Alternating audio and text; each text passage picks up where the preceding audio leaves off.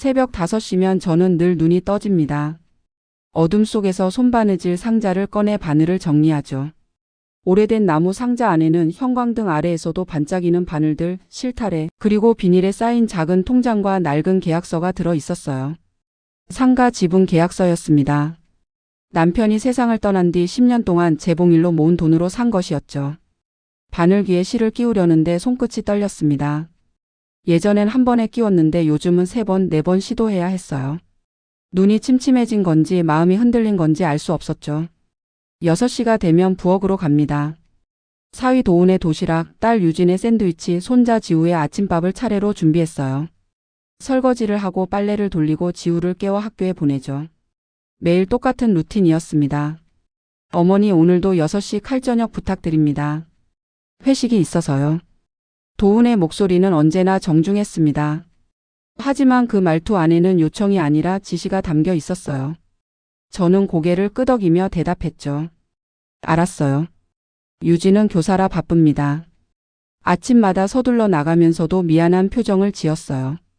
하지만 그 미안함은 상황을 바꾸지 못했죠. 저는 괜찮다고 할머니가 해야 할 일이라고 스스로를 달랬습니다. 어느 날 오후 도훈이 봉투 하나를 내밀었어요. 어머니 보험이랑 행정 서류인데요.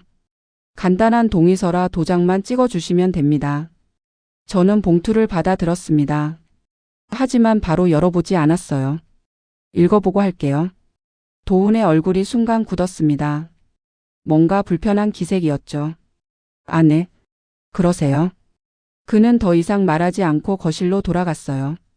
저는 봉투를 식탁 서랍 깊숙이 넣어두었습니다. 그날 밤 허리가 욱신거렸어요. 재봉일을 오래 하다 보니 디스크가 있었는데 요즘 들어 심해졌죠. 다음 날 아침 통증이 더 심해졌습니다. 허리를 펴기도 힘들었어요. 유진이 걱정스러운 얼굴로 물었습니다. 엄마 병원 가야 되는 거 아니에요? 하지만 그 다음 말이 이어졌죠. 그런데 엄마가 안 계시면 지우 등교는 누가?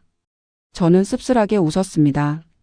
병원에 가라는 말과 집을 비우지 말라는 말이 동시에 나오는 상황이었어요. 괜찮아. 파스 붙이면 나아. 그렇게 말했지만 속으로는 알고 있었습니다. 이대로는 안 된다는 걸요. 저녁 준비를 하다가 식탁 위에 놓인 봉투가 눈에 들어왔어요. 누군가 서랍에서 꺼내놓은 것 같았습니다. 봉투 끝이 살짝 찢어져 있었죠. 저는 천천히 서류를 꺼내 읽기 시작했습니다. 첫 줄을 보는 순간 손이 얼어붙었어요. 요양시설 단기 위탁 동의서. 보험 서류가 아니었습니다. 저를 요양원에 보내겠다는 서류였어요. 물론 단기라고 적혀 있었지만 그게 중요한 게 아니었죠. 제 동의도 없이 설명도 없이 이런 서류에 도장을 받으려 했다는 사실이 가슴을 찔렀습니다. 저는 서류를 조용히 접어 다시 봉투에 넣었어요. 아무 말도 하지 않았습니다. 그날 밤 잠이 오지 않았어요. 천장을 바라보며 생각했습니다. 10년 동안 이 집에서 무엇을 했나. 아침을 차리고 빨래를 하고 손자를 돌보고 저녁을 준비했죠. 그런데 제 존재는 이렇게 가벼웠습니다. 불편하면 잠깐 맡길 수 있는 그런 존재였어요. 새벽이 되자 저는 손바느질 상자를 다시 꺼냈습니다. 바늘을 집어들고 실을 끼웠어요. 이번엔 한 번에 성공했습니다. 바늘귀가 좁았던 게 아니라 제 눈이 흔들렸던 거였죠. 이제는 똑바로 봐야 할 때였습니다. 제 인생을요. 저는 핸드폰을 집어들고 오랜 친구 미자에게 전화를 걸었어요. 미자야, 나 바닷가로 내려가서 재봉 공방 열고 싶어. 미자는 잠시 침묵하더니 대답했습니다. 좋아. 언제 내려갈 건데? 그 짧은 대답이 저에게 힘이 되었어요. 누군가는 제 결정을 이해해주고 있다는 것, 그것만으로도 충분했습니다. 병원에 갔습니다. 의사는 엑스레이를 보더니 고개를 저었어요. 최소 2주는 푹 쉬셔야 합니다. 무리하시면 더 악화될 수 있어요. 집으로 돌아오는 길이 무겁게 느껴졌습니다. 진단서를 손에 쥐고 현관문을 열었죠. 저녁 식탁에서 도훈이 말했어요. 어머니, 저도 근무가 빡빡하고 파트타임 도움이라도 알아볼까요? 근데 비용이 꽤 나가서요. 그의 목소리에는 계산이 담겨 있었습니다. 돈과 효율, 그것만 생각하는 사람의 말투였어요. 유진은 아무 말도 하지 않았습니다. 그저 고개를 숙이고 밥을 먹을 뿐이었죠. 저는 조용히 일어나 방으로 들어갔어요. 그리고 서랍에서 그 봉투를 꺼냈습니다. 요양원 위탁 동의서. 이제 알겠더군요. 이것이 도훈이 생각한 해결책이었구나. 불편한 노인을 잠깐 맡기는 것, 그게 가장 효율적이라고 판단한 거였어요. 하지만 저는 물건이 아닙니다. 맡기고 찾아가는 짐이 아니에요. 밤새 생각했습니다. 상가 지분 계약서를 꺼내 읽어봤어요. 제 명의였고 상속도 완료된 상태였죠. 팔면 목돈이 됩니다. 재봉틀도 있었어요. 중고로 팔아도 제법 될 거예요. 10년 동안 모은 통장 잔고도 확인했습니다. 계산이 나왔어요. 동해안 소도시에서 작은 공방 하나 열 수 있는 돈이었습니다. 다음 날 아침 저는 미자에게 다시 전화했어요. 본격적으로 알아볼게. 바닷가 근처에 괜찮은 곳 있으면 알려줘. 미자는 바로 움직였습니다. 이틀 뒤 사진 몇 장이 왔어요. 동해안 작은 골목상권 1층 매물이었습니다. 보증금도 적당했고 월세도 감당할 만했죠. 저는 부동산과 연락을 시작했어요. 그리고 상가 지분 매각 절차도 밟기 시작했습니다. 며칠 뒤 중고거래 앱에 재봉틀을 올렸어요. 생각보다 빨리 연락이 왔습니다. 젊은 여성이었죠. 어머니 이거 아직도 잘 돌아가요? 물론이지. 내가 10년 넘게 썼는데 문제 없어. 재봉틀이 팔렸습니다. 옷장 속 첫 뭉치들도 정리했어요. 필요한 것만 남기고 다 처분했습니다.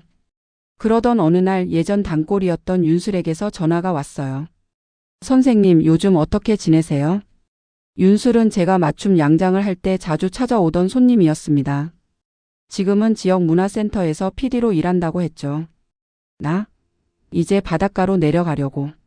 네? 갑자기요? 저는 간단히 사정을 이야기했어요. 윤술은 잠시 생각하더니 말했습니다. 선생님, 그럼 혹시 우리 문화센터에서 재봉 강좌 해보실래요? 요즘 손바느질 배우고 싶어 하는 사람들 많거든요.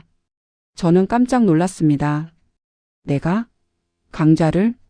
선생님 솜씨면 충분해요. 생각해 보세요. 전화를 끊고 나서 가슴이 두근거렸어요. 누군가 제 기술을 필요로 한다는 것, 그게 이렇게 기쁠 줄 몰랐습니다. 저는 바늘과 실을 꺼냈어요. 오래된 천조각의 바느질을 시작했습니다. 한 땀 한 땀 바늘을 움직이며 생각했죠. 제 인생도 이렇게 다시 꿰맬 수 있을까? 끊어진 실을 이어붙이듯 새로운 시작을 만들 수 있을까? 바늘귀에 실을 끼우는 순간 확신이 들었습니다. 할 수 있다고. 해야 한다고. 유진에게 말할 시간이었어요. 저녁 식사 후 저는 조용히 입을 열었습니다. 유진아, 나 다음 주에 이사 갈 거야. 유진의 눈이 커졌어요. 네? 어디로요? 동해. 거기서 재봉 공방 열 거야. 도훈이 숟가락을 내려놓았습니다. 어머니 갑자기 무슨. 갑자기가 아니야. 오래 생각했어. 저는 차분하게 말을 이어갔어요. 너희는 너희 가정을 꾸리고 나는 내 삶을 살 거야. 이제. 유진의 얼굴이 창백해졌습니다. 엄마, 그럼 지우는요? 저희는요? 너희가 알아서 해야지. 맞벌이 부부들 다 그렇게 살아. 말은 담담했지만 속은 떨렸어요. 하지만 물러설 수 없었습니다. 그날 밤 손바느질 상자를 다시 정리했어요. 바늘들을 세고 실타래를 감고 낡은 계약서는 마지막으로 한번 펼쳐봤습니다. 이 서류가 저에게 준 것은 돈만이 아니었어요. 자립할 수 있다는 용기였습니다. 상자를 닫으며 중얼거렸어요. 이제 시작이야. 이사 트럭이 도착했습니다. 짐은 생각보다 적었어요. 재봉틀 하나, 옷가지 몇 벌, 바느질 도구 상자, 그게 전부였죠. 동해안까지 3시간이 걸렸습니다. 창밖으로 펼쳐지는 바다가 보이는 순간 가슴이 뻥 뚫리는 느낌이었어요. 골목상권 1층 매물은 생각보다 괜찮았습니다. 유리문 너머로 햇빛이 잘 들어왔고 공간도 넉넉했죠. 보증금을 건네고 열쇠를 받았어요. 문을 열고 들어서는 순간 새로운 시작이 실감났습니다. 먼저 청소부터 시작했어요. 바닥을 닦고 창문을 열어 바람을 들였습니다. 바닷바람이 들어오면서 먼지가 날아갔죠. 재봉틀을 창가에 놓았어요. 햇빛 아래에서 반짝이는 바늘을 보니 마음이 편안해졌습니다. 며칠 뒤 간판이 달렸어요. 정자수선실. 제 이름이 적힌 간판을 보는 순간 눈물이 났습니다. 10년 만에 다시 찾은 제 이름이었어요. 첫 손님은 동네 할아버지였습니다. 아가씨, 이 바지 허리 좀 줄여줄 수 있나? 아가씨라는 호칭에 웃음이 나왔어요. 그럼요. 한 3일 후에 찾아가세요. 할아버지는 고맙다며 허리를 굽혔습니다. 저는 정성껏 바지를 수선했어요. 허리단을 뜯고 다시 받고 단추를 달았습니다. 3일 후 할아버지가 다시 왔어요. 아이고, 딱 맞네. 솜씨가 보통이 아니야. 그 말 한마디가 얼마나 기뻤는지 몰라요. 윤슬에게서 연락이 왔습니다. 선생님, 문화센터 강좌 확정됐어요. 주 1회 초보 재봉 클래스예요. 저는 긴장되면서도 설렜어요.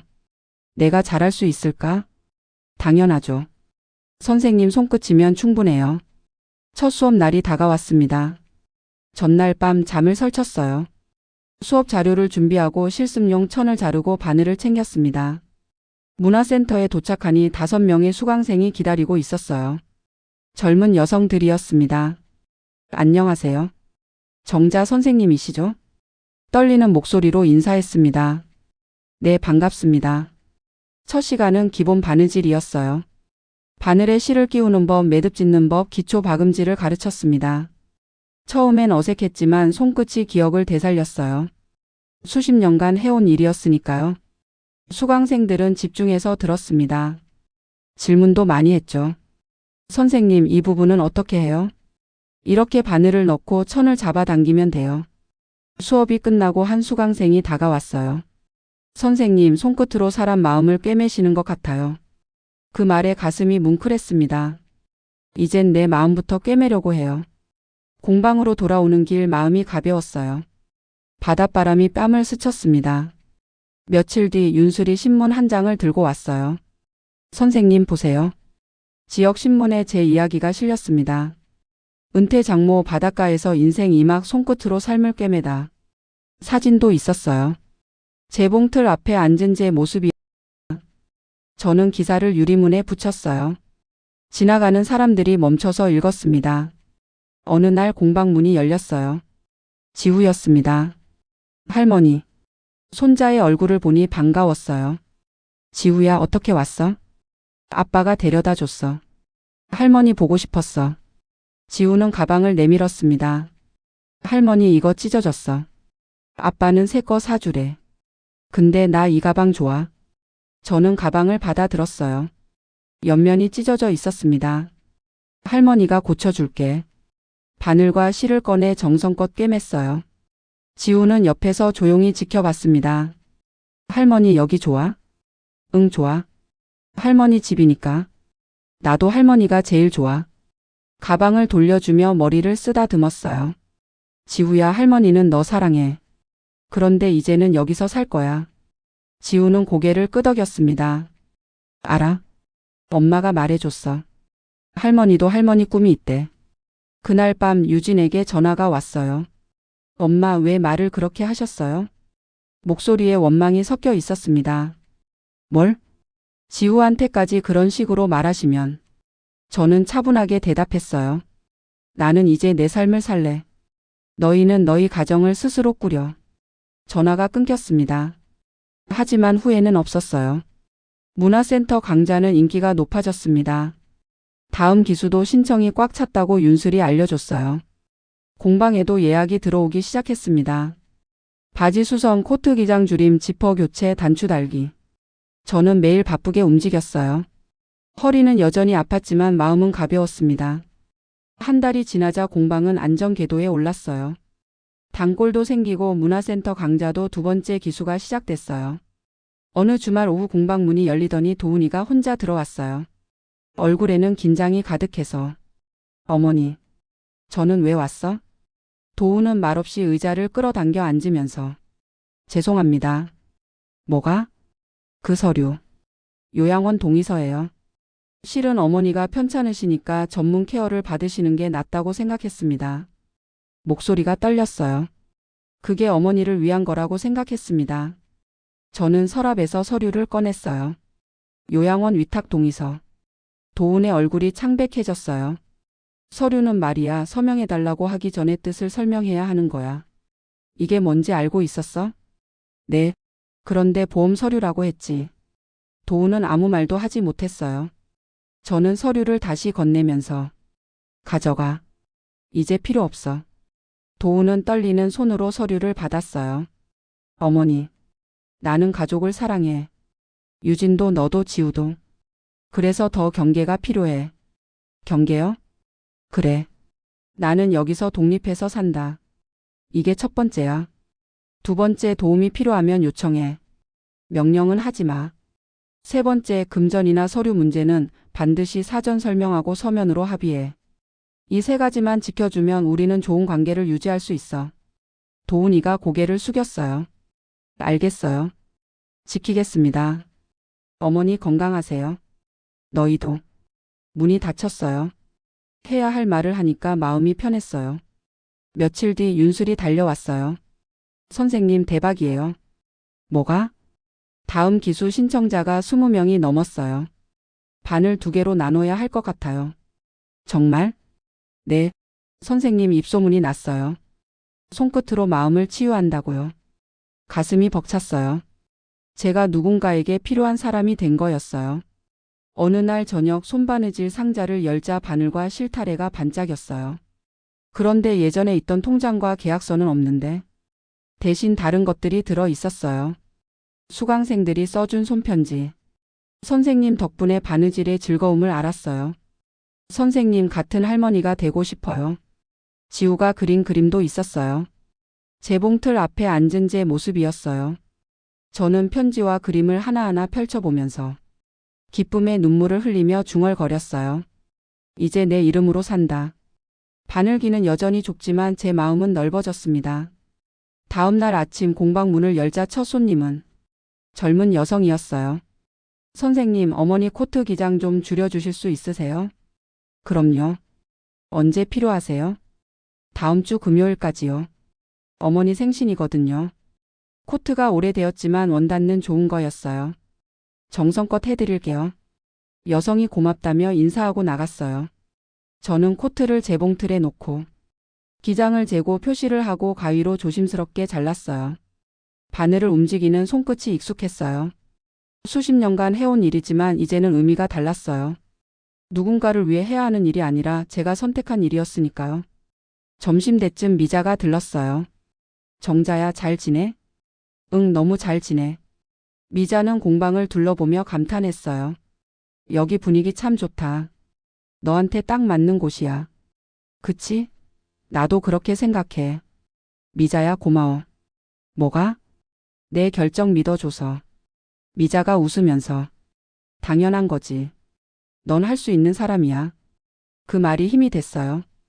오후에는 문화센터 강좌가 있었는데 수강생들이 이제 제법 솜씨가 늘었어요. 선생님, 이번 주 과제 가져왔어요. 한 수강생이 손수건을 내밀었는데 테두리에 예쁜 박음질이 되어 있었어요. 잘했어요. 바늘땀이 고르네요. 선생님 덕분이에요. 수업이 끝나고 한 수강생이 남았습니다. 선생님, 저 사실 할머니랑 사이가 안 좋았는데 바느질 배우면서 할머니 생각 많이 났어요. 수강생의 눈에 눈물이 맺혔습니다. 이제야 알겠어요. 할머니가 얼마나 대단한 분이셨는지. 저는 그의 손을 잡았어요. 지금이라도 알게 된 게 다행이에요. 수강생이 고개를 끄덕이며 나갔어요. 저는 혼자 강의실에 남아 바늘과 실을 챙기고 의자를 제자리에 놓았어요. 창밖으로 노을이 지고 바다가 붉게 물들었어요. 공방으로 돌아와 불을 켜고 따뜻한 조명 아래에서 오늘 받은 코트 작업을 마저 했습니다. 지난 10년은 남의 집에서 보냈지만 이제는 제 공간에서 제 시간을 살고 있다고. 코트 수선을 끝내고 다림질을 했어요. 다음 주 금요일 코트를 찾으러 온 여성의 얼굴이 환해져서요. 와, 완전 새 옷 같아요. 어머님이 좋아하실 거예요. 정말 고마워요. 어머니가 이 코트 정말 아끼시거든요. 저는 코트를 정성스럽게 포장해 건넸어요. 생신 축하드린다고 전해주세요. 여성이 나간 뒤 저는 창가에 서서 바다를 바라봤어요. 파도는 끊임없이 밀려왔다가 물러갔어요. 삶도 그런 거겠죠. 밀려왔다가 물러가고 다시 밀려오는 것. 저녁에 유진에게서 문자가 왔어요. 엄마 잘 지내시죠? 지우가 엄마 보고 싶대요. 잘 지내. 주말에 지우 데리고 놀러와. 바닷가 구경시켜 줄게. 네, 엄마. 사랑해요. 나도. 짧은 대화였지만 마음이 따뜻했어요. 저는 손바느질 상자를 다시 열고 바늘을 하나하나 세고 실타래를 정리했어요. 수강생들의 편지와 지우의 그림도 다시 펼쳐봤어요. 오늘 받은 수강생의 감사 쪽지였어요. 선생님 덕분에 할머니를 이해하게 됐어요. 감사합니다. 저는 상자를 닫으며 미소 지었어요. 바늘기는 좁아도 그 구멍을 통과한 실은 튼튼한 바느질을 만들어내죠. 제 인생도 그랬어요. 좁고 힘든 시간을 통과했지만 이제는 튼튼한 삶을 만들어가고 있어요. 창밖의 파도 소리를 들으면서 조명을 끄고 2층 방으로 올라갔어요. 마음이 평온했습니다. 내일도 공방문을 열 거예요. 손님을 맞이하고 옷을 수선하고 강의를 할 겁니다. 제 이름으로, 제 선택으로 제 삶을 살아가는 거죠. 눈을 감으니 꿈속에서도 바늘을 들고 있을 것 같았어요. 하지만 이제는 누군가의 명령이 아닌 제 의지로 바느질하는 꿈이었습니다. 끝. 다음 이야기를 기대해 주세요.